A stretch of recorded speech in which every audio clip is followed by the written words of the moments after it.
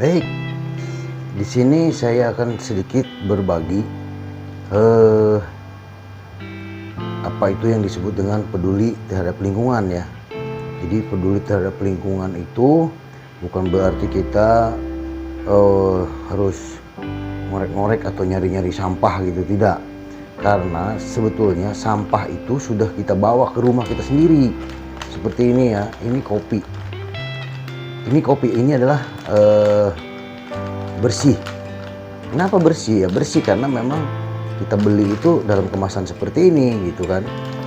Ini adalah kopi yang biasa saya konsumsi ya. Nah, terlepas itu si bungkus kopi ini akan disebut sampah ketika isi di dalamnya ini kopi yang di dalamnya ini sudah dikeluarkan ke gelas, dituangkan lalu diisi air itu. Nah, si plastiknya ini akan dibilang sampah. Itu ketika ini masuk ke tong sampah ini akan jadi sampah disebutnya gitu. Nah, perlu Anda ketahui, sampah plastik ini disebut jenis plastik multilayer karena di sini ada aluminium foilnya. Ya, nih bisa kelihatan warna seperti cermin gitu ya. Ini jenis plastik ini tidak laku atau tidak punya nilai jual walaupun kita disetorkan ke bank sampah gitu kan. Walaupun ada memang bank sampah yang mendaur ulang sampah plastik seperti ini dengan membentuk tas ataupun tikar atau sejenisnya ya. Nah, ini adalah salah satu bentuk kecil sepele gitu.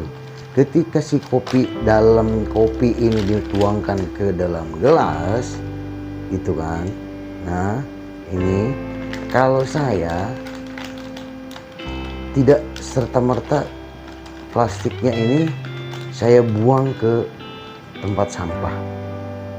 Kenapa?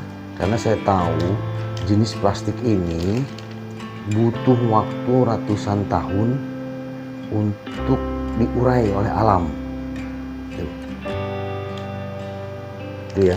Jadi istilahnya merusak alam lah gitu.